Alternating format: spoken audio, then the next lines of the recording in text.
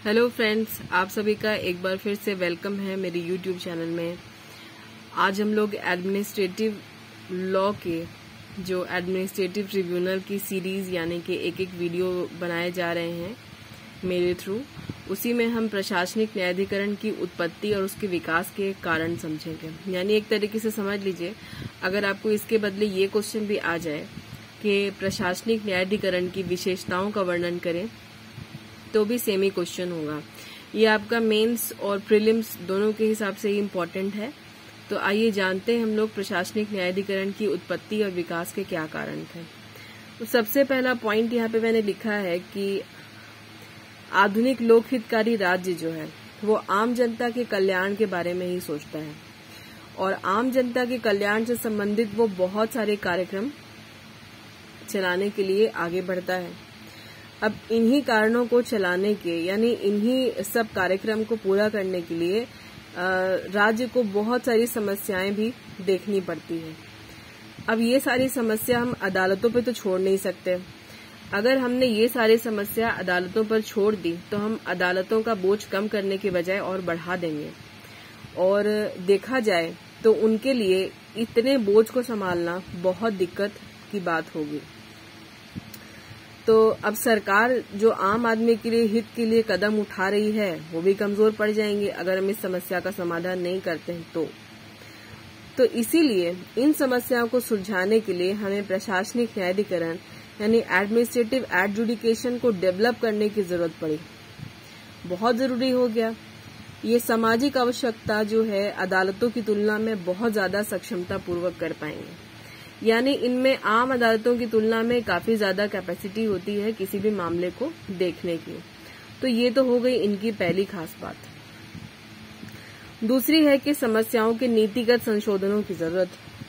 आधुनिक लोकहितकारी राज्य यानी लोक कल्याणकारी राज्य जब बन रहा है तो उसके होने के कारण समस्या पैदा हो रही है, तो हमने जान लिया। अब नीतिगत संशोधन का मतलब होता है सरकार नीति बना के ही काम करती है, बिना नीति के सरकार कोई काम ही नहीं करती। अब जरूरी नहीं है कि एक बार जो नीति बना दी गई है उसी पर चलते रहें, उनमें संशोधनों की भी जरूरत पड़ती है। तो समस्याओं को नीतिगत संशोधनों की भी आवश्यकता होती है। अदालतें जो है ऐसे मामले पर ध्यान नहीं देती। ऐसी बात नहीं है कि अदालतें ध्यान देना नहीं चाहती, बात ऐसी है कि उनके पास वक्त ही नहीं है कि वो किसी और मामले पर ध्यान दे पाएं।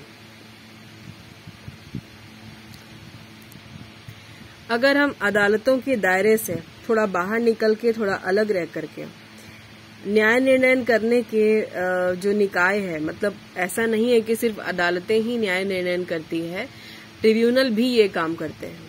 ये भी मैंने बहुत पहले बहुत सारी वीडियो में बता दिया है।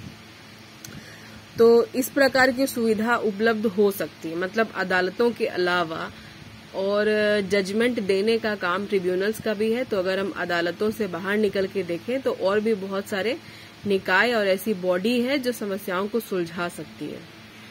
थर्ड नंबर पॉइंट है विशेष जानकारी की जरूरत। आज की जो समस्या है वो भी मतलब कहा जाए तो एक मॉडर्न प्रॉब्लम्स है, मतलब आधुनिक समस्याएं हैं। तो आधुनिक समस्याओं को सुलझाने के लिए विशेष जानकारी की भी जरूरत पड़ती है। मतलब जरूरी नहीं है कि जो जानकारी पहले से लोगों को है वो आज के टाइम में भी काम दे। थोड़ी नई जानकारी यानी अपडेट रहने की जरूरत पड़ती है। और न्यायाधीश जो है सामान्य ज्ञान वाले व्यक्ति होते हैं। अब सामान्य ज्ञान का मतलब यहाँ पे जनरल नॉलेज से नहीं है। सामान्य ज्ञान का मतलब है जो एक जज को जानना चाहिए लॉ के एस्पेक्ट से। अगर देखें तो बहुत सारे लॉज हैं, केस लॉज हैं, रूल्स हैं, रेगुलेशन है जिसकी उन्हें जरूरत पड़ती है, वो सिर्फ उतना ही रखते हैं। विशेष प्रकार की जो एक्स्ट्रा समस्या आ जाती है, विशेष प्रकार की समस्या का न्याय निर्णय वो नहीं कर पाते। यानी अब इन सब मामलों में एक्सपर्ट्स की जरूरत पड़ती है। जैसे कि कोई किसी फील्ड से रिलेटेड है तो उस फील्ड से रिलेटेड पर्सन को ही हम वहां पर उस चीज के लिए रखेंगे ताकि वो उस चीज को कर पाए, उस बात को देख सके, उस बात को समझ सके। कहने का मतलब है कि विशेष प्रकार की समस्या का न्याय निर्णय करने के लिए विशेषज्ञ की जानकारी की, उसके ज्ञान की जरूरत पड़ती है। ताकि ऐसे जो व्यक्ति होते हैं न्यायाधीशों की तुलना में बेहतर तरीके से समस्याओं को सुलझा सकें और निराकरण कर सकें। अब इसके बाद है कोर्ट का लंबा चौड़ा प्रोसीजर। हम सभी लोग जानते हैं कि कोर्ट की कितनी लंबी प्रक्रिया होती है। जितनी लंबी प्रक्रिया होती है, न्याय देने में उतनी ही दिक्कतें और उतनी ही देरी होती है। इतने लंबे प्रोसीजर होने की वजह से ही अदालतों का फैसला आने में भी वक्त लगता है। दूसरी ओर प्रशासनिक न्यायाधिकरण त्वरित गति से काम करते हैं। यानी जब बात आती है ट्रिब्यूनल्स की, तो एडमिनिस्ट्रेटिव ट्रिब्यूनल के फैसलों में इतने टाइम नहीं लगते। उनका इतना लंबा चौड़ा प्रोसीजर है नहीं। और बहुत पहले आप लोगों ने मैंने बताया भी है काफी वीडियो में कि वो एविडेंस एक्ट सीपीसी के प्रोसीजर से बाउंड नहीं होते हैं, कि उन्हें वही चीज फॉलो करना पड़ेगा जो एविडेंस एक्ट में लिखा है, वही चीज फॉलो करना पड़ेगा जो सीपीसी में प्रोसीजर है, बिल्कुल भी नहीं। और औपचारिकता और तकनीकी कारणों को दूर करते हैं। इनमें ये खास बात है। नेक्स्ट और लास्ट पॉइंट है प्रशासनिक न्यायाधिकरणों का कम खर्चीला होना। ये बात तो है भाई कि अदालतें आज के टाइम पे वाकई में बहुत खर्चीली हो चुकी हैं। अब देखा जाए तो ऐसा लगता है कि जो अभाव वाले व्यक्ति हैं, जिनको गरीब तबके के लोग हैं, जो नीचे तबके के लोग हैं, वो शायद अदालतों में जाने से डरते हैं, क्योंकि वो बहुत खर्चीली है। और केस वगैरह करने से लेकर के इतने सालों तक लड़ते ना ही किसी में हिम्मत है और ना ही आज के वक्त में किसी के पास में इतने पैसे हैं। और इसी मामले में अगर हम ट्रिब्यूनल को देखते हैं तो अदालतों की मुकाबले में प्रशासनिक न्यायाधिकरण कम खर्चीले होते हैं और इनके जो काम करने की प्रक्रिया है वो थोड़ा सा इनमें लचीलापन देखने को मिलता है और कोर्ट की प्रक्रिया में थोड़ी कठोरता दिखाई देती है। ये हो गए मेरे 5 पॉइंट्स, जिसमें मैंने आप लोगों को न्यायाधिकरण की विशेषता बताई और इनके डेवलपमेंट के रीजन बताए। आप लोगों को इसी को अपनी भाषा में लिखना है, अपने नोट्स तैयार करने हैं। मुझे पूरी उम्मीद है कि आपको आज का लेक्चर पसंद आया होगा और मेरी बातें समझ में आ गई है तो लाइक कर दें। लाइक करने में कंजूसी बिल्कुल भी ना करें।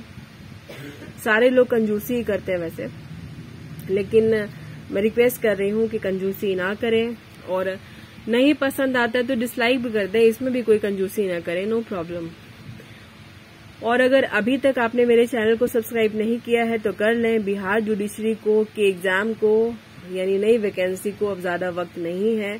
मैं चाहती हूं कि एडमिनिस्ट्रेटिव लॉ आप लोगों का बहुत जल्दी से बहुत अच्छे से तैयार हो जाए।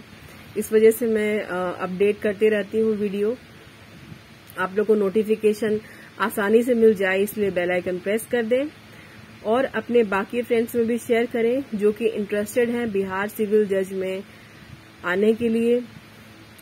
और सब्सक्राइबर नहीं बनना चाहते हैं तो कोई बात नहीं, मिलेंगे आपसे अगले वीडियो में। मेरा एडमिनिस्ट्रेटिव ट्रिब्यूनल का अगला वीडियो है वो इस पॉइंट पर है कि आज हमने जब गुण के बारे में पढ़ा तो अब हम दोष के बारे में पढ़ेंगे, यानी कि जब किसी में कोई खास बात होती है तो उसमें कुछ बुराई भी होती है। तो नेक्स्ट वीडियो में हम यही कवर करेंगे। तब तक के लिए आप सभी अपना ध्यान रखें। Good night, sweet dreams.